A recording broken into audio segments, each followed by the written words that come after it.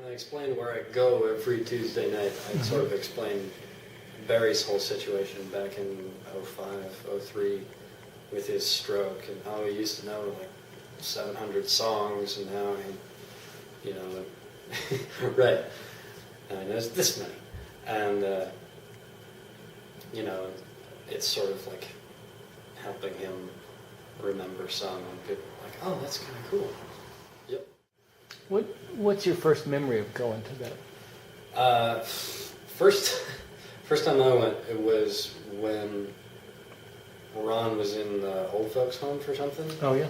And we went to like the nurses' break room or something. Everybody was around the table. The next time, well, not the second time I went, but like the fourth or fifth, it was at Barry's house, but they were living like out behind Al's, so like 17th North or something. And we all were around the dining table at that point. Right. What do you remember about that first time besides the setting? And I'd spent the week learning High Barbary just so I'd have something to do when we got there. How old were you at that time? How old was I? 14, 15? Something like that. What did you think about the music, about the songs and stuff that you did learn? It was, as a 15-year-old, it's not, like what you listen to on a daily basis. But it was, I remember especially being struck by Eric's songs. For some reason, maybe it's the minor key. Just because the whole age of the songs and the stories in the songs kind of appealed to my fiddle music sensibilities. It's like that part of my brain was activated. So that was cool, because that wasn't something I really had.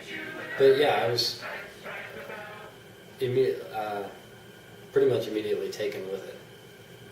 That it was this group of very nice, very unassuming people that, it's not like anybody was out to, it wasn't a voice lesson.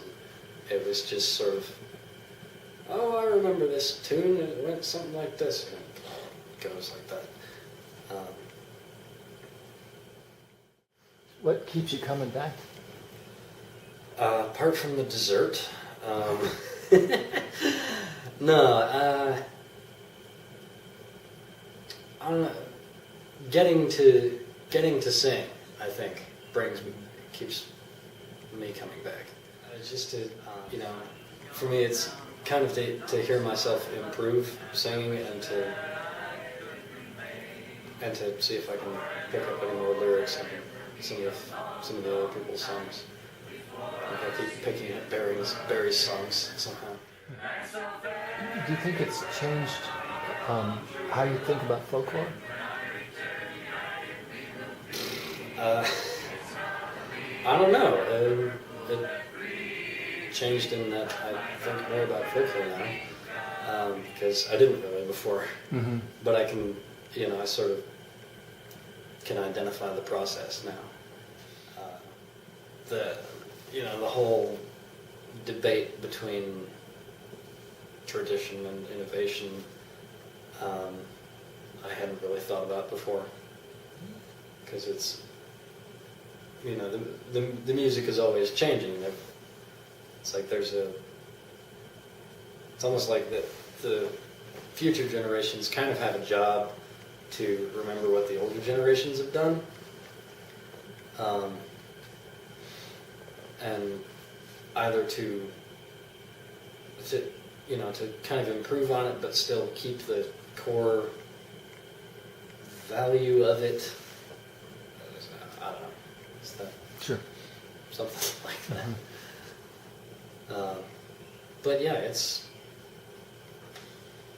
kind of cool, like knowing that this whole process of learning Barry's songs and bringing in new songs, has has been going on for a long time, and not just with songs, but like with stories and all that Joseph Campbell mythology kind of stuff. That all the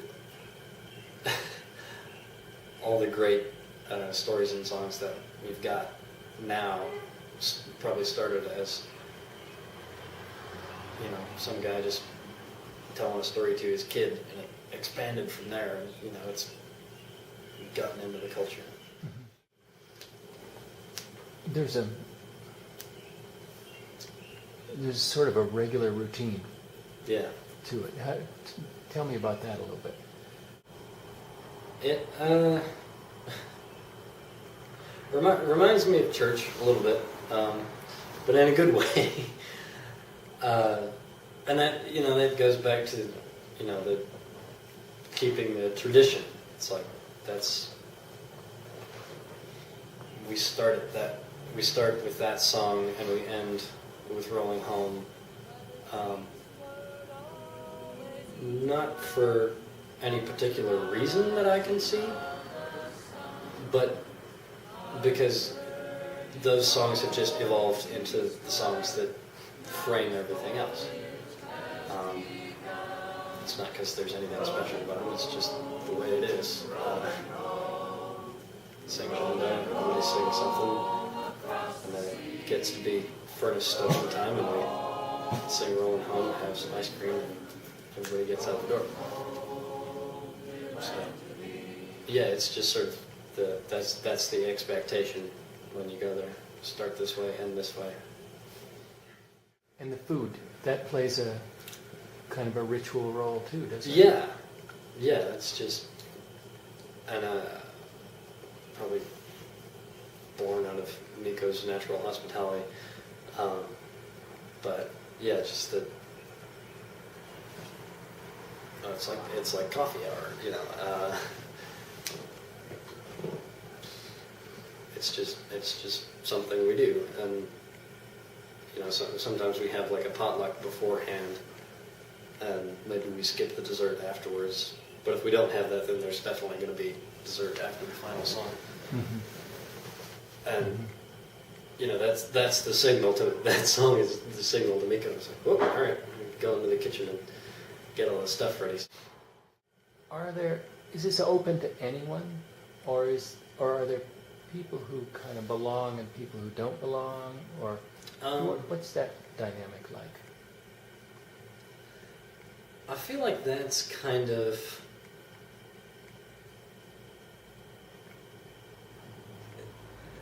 that's almost up to the new person, I think. Because like when I first went, I felt a little out of place at first. It's like everybody seems to know what's going on. I'm somewhere and I didn't get the memo on what we're supposed to be doing.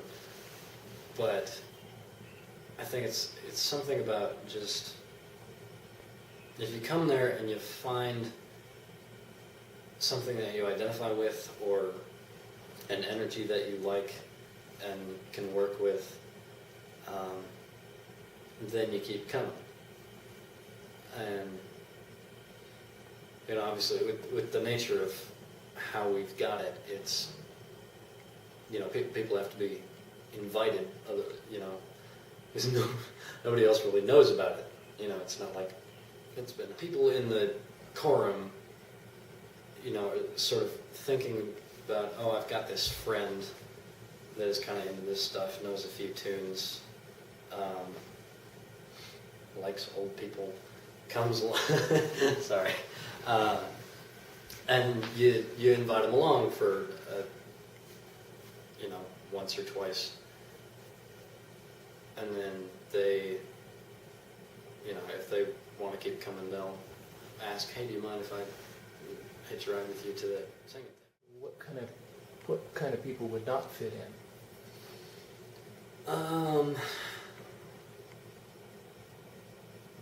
I don't know if I could tell you a kind of person.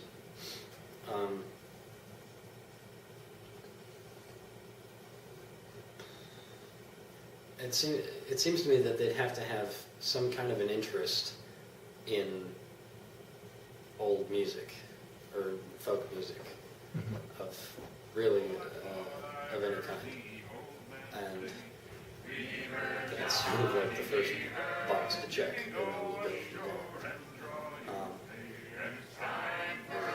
I would not, personally speaking, I probably wouldn't invite most of the people I'm in classes with. What's the best song we do? Best. I don't know. My current favorite is Lather and Shave. Oh yeah. But I don't know, I always like Eric's songs. Some of his older stuff, the Old Maui. Hard to get better than that. Yeah, because there's something about it. It's like that one and damn it, can't remember it now. Santiano, that one's Santiano. Maybe even the Diamond. There's something about the key it's in. It just sort of riles you up and you get into it. And it's not, it's not a horribly complex piece of music, but there's something about hearing that and contributing your voice to the sound of that that just kind of gets your blood pressure. Anything I should know, or let's say a viewer of this, say, 40 years from now in the USU archive should know? I'd say it's probably kind of an acquired taste.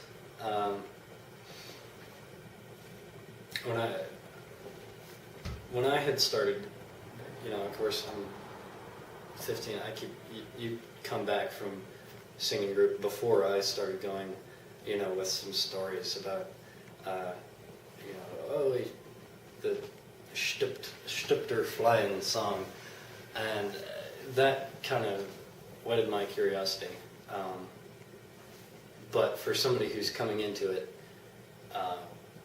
without much background apart from knowing Barry's story,